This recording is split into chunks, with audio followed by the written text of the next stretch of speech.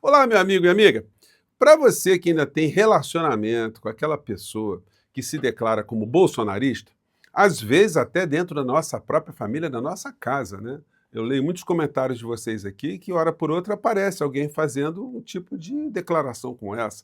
Ah, o meu marido é bolsonarista, a minha mãe é bolsonarista, o meu filho é bolsonarista, a minha filha é bolsonarista, enfim. São pessoas que são pessoas boas, mas por alguma razão foram abduzidas no seu cérebro, na sua alma, por essa seita chamada bolsonarismo. Pois bem, para essas pessoas que você ainda tem relacionamento, enfim, em algum canto, pessoas da sua família ou não da sua família, que você considera, já vá preparando o coraçãozinho dessas pessoas em relação ao preferido delas nesse momento, o senhor Flávio Bolsonaro. Porque o destino dele já está traçado. Ou será a cadeia, ou será a fuga, porque ele não tem como ficar aqui no nosso país solto, depois das coisas todas que irão aparecer, além das que já estão aparecendo.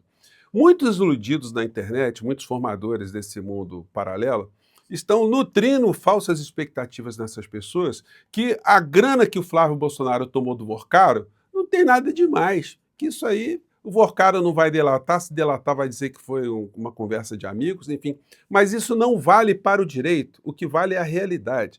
Eu vou explicar para vocês como o Código Penal trata dessa questão, para ver se essas pessoas começam a ter algum tipo de despertar, né? O problema é que tem gente no meio jurídico que parece que rasgou o Código Penal e não está percebendo muito as coisas que estão acontecendo. Bom, vou conversar com vocês do que vai acontecer com essa figura aqui, já estou cravando com vocês alguns meses antes de acontecer, e vou falar também de acontecimentos recentes aqui que dificultam ainda mais o futuro dessas criaturas, porque o padrinho espiritual, político internacional dessas criaturas nos Estados Unidos está passando por situações vexatórias, né? Bom, vou conversar com vocês sobre o que está acontecendo, mas antes de mais nada, é sempre fundamental convidar você que chegou agora ao nosso portal e ainda não é inscrito, para que você se inscreva aqui e venha se enturmar aqui com os nossos papos. Veja também os nossos outros vídeos para você conhecer as nossas linhas de debates aqui. E se inscreva aqui também no nosso clube de membros, no nosso canal de cortes. E no primeiro comentário aqui eu sempre coloco um abaixo-assinado para você prestigiar a nossa caminhada como pré-candidato a deputado federal pelo Rio de Janeiro, tá legal? Você que é muito bem-vindo e muito bem-vinda. E no final tem coisas interessantes para falar para vocês sobre essa caminhada, tá bom? Bom, começando aqui com uma coisa que aconteceu lá fora. Gente, o Trump, ele foi no jogo da NBA e que normalmente é um ambiente mais alegre para presidentes dos Estados Unidos, mas ele tomou uma vaia quando a imagem dele apareceu no telão.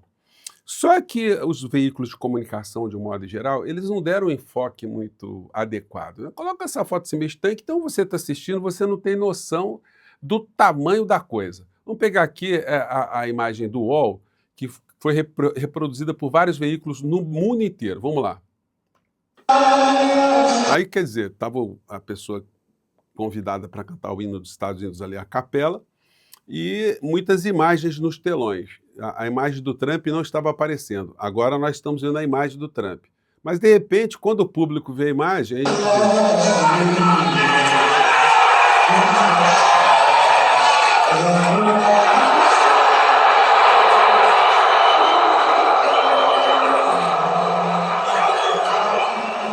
aí não deu para ver uma imagem congelada nele, né? Mas aí, gente, muitas pessoas gravaram, muitas pessoas estavam lá, gravaram isso, né?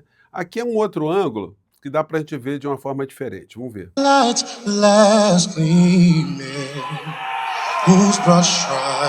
Aí aparece o Trump e as pessoas demoram alguns segundos para terem a reação, né? Mas o contato vem, né? Esperou o contato veio. And bright stars through the perilous fights for the rain. É como todo cara de pau, né? Finge que não é nem com ele, né? Esse pessoal tá bem escaldado. Isso aqui é a imagem aqui de uma pessoa que estava assistindo lá, ó. Já num outro ângulo aqui, dá para ver o telão no centro, né? E o povo sai vaiando mesmo.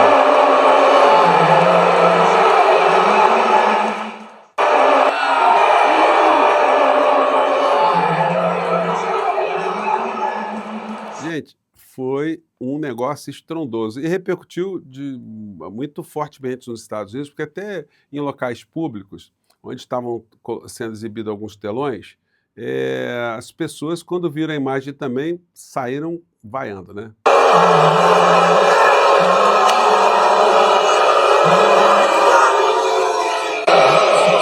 Gente, a coisa está complicada para a criatura. A aprovação de Trump permanece próxima da mínima histórica em meio à expectativa de novos aumentos no combustível nos Estados Unidos. Ou seja, os americanos estão muito invocados com o aumento dos combustíveis e vai aumentar mais. Hoje, os iranianos derrubaram um helicóptero do exército americano, então o Trump está virado no giraia. O Estreito de Hormuz vai ficar com problema e o combustível vai ficar com o preço lá em cima. Nós aqui no Brasil ainda estamos resistindo aí essa história toda, né? Então, essa é uma conjuntura internacional que não ajuda nada essa gente golpista que está querendo entregar o nosso país para os Estados Unidos. Bom, no meio dessa história toda, hoje, em todos os jornalões do Brasil, teve um encarte desse tamanho aqui. Gente, olha o tamanho do encarte aqui, ó. Encarte aqui, né? Falando aqui, a página inteira. E aí depois você, quando abre o encarte, olha só. Centenas de assinaturas aqui. Está muito pequenininho, não dá para ver, ó. Centenas e centenas de assinaturas de entidades. Mas as principais que assinam aqui são essas aqui, ó, as grandes confederações. Estão assinando aqui. O que eles estão assinando aqui? Eles não querem que a jornada 6x1 acabe. Uma carta para o Brasil que acorda cedo.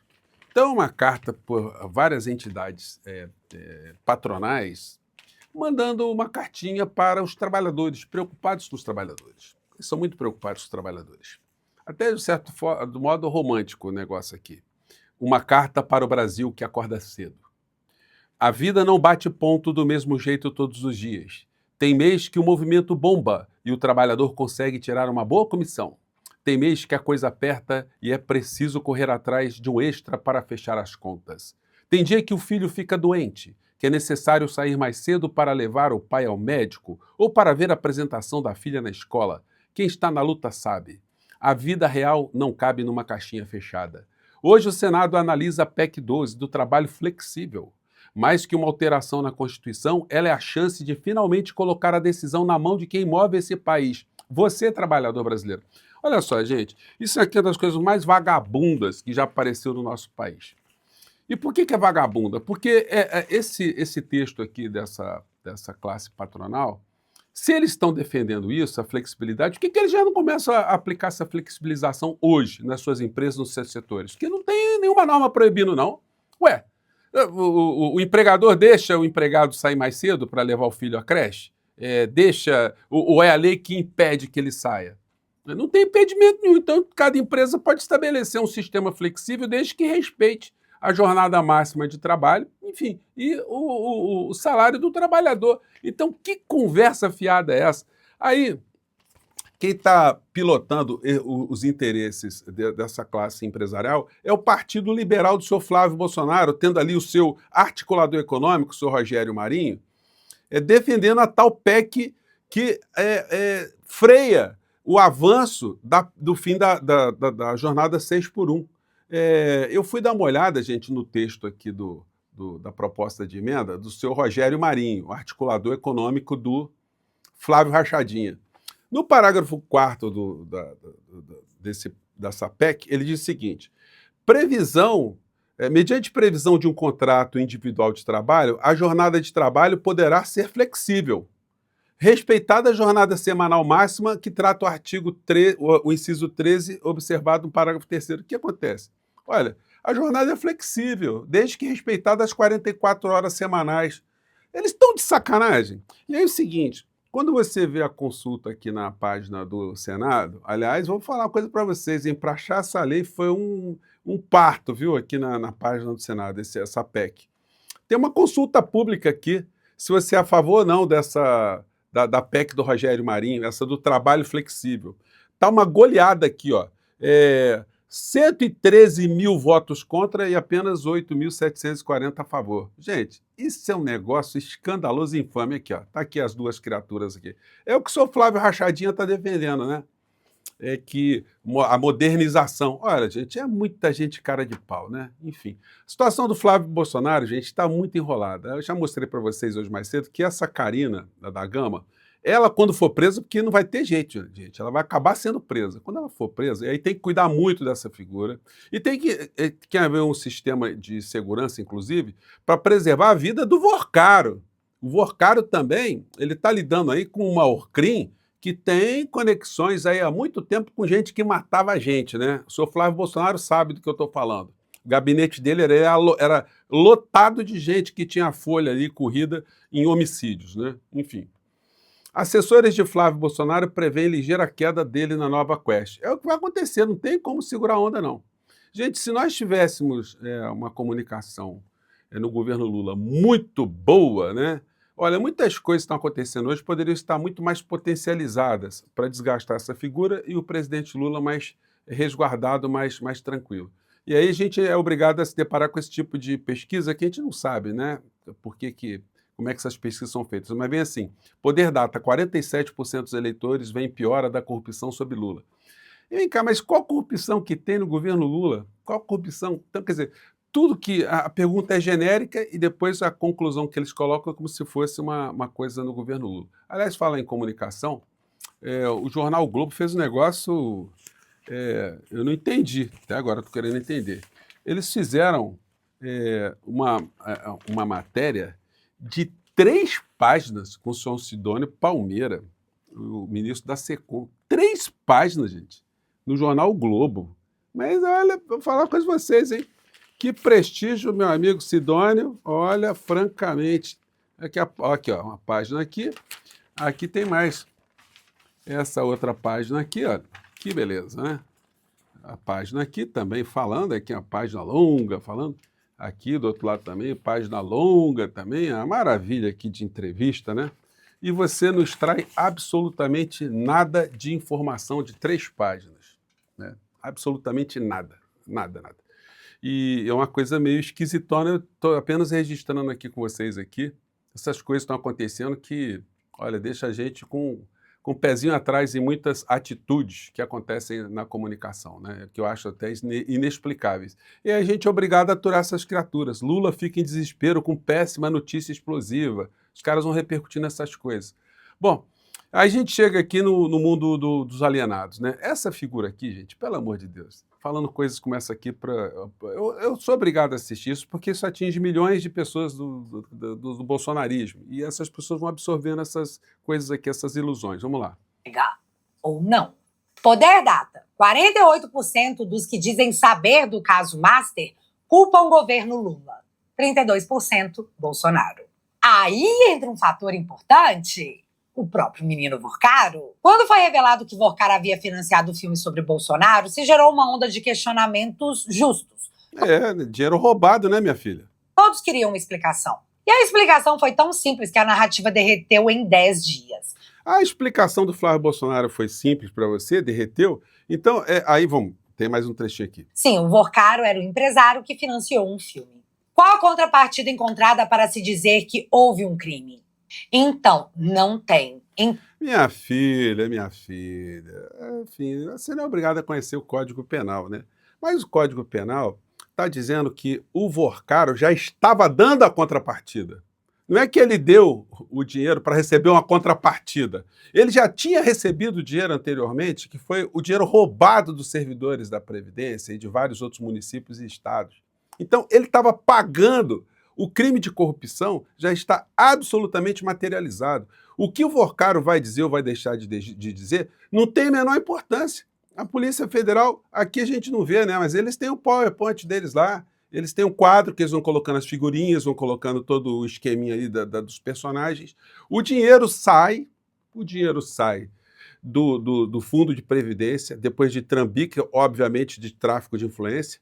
Ele vai para o Vorcaro arma um estratagema para lavar a comissão dele junto ao Flávio Bolsonaro, criando uma empresa interposta que manda dinheiro para fora do nosso país. Está tudo materializado.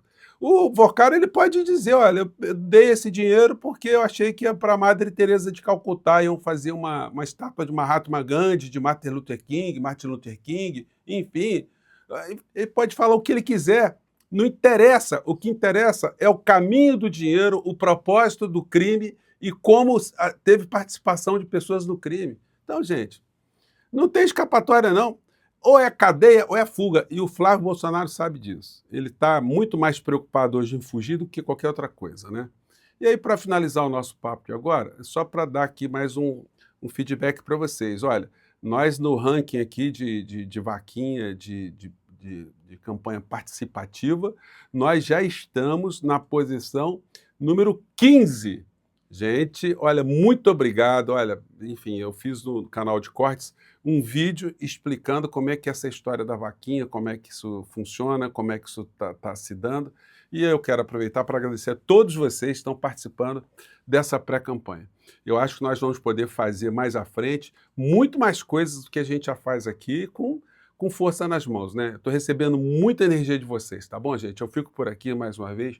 Um grande abraço e fale aí pro teu amigo e parente bolsonarista para ele preparar o coraçãozinho dele, tá? Porque eu estou dizendo isso aí. Pode anotar, tá bom? Um grande abraço, tchau.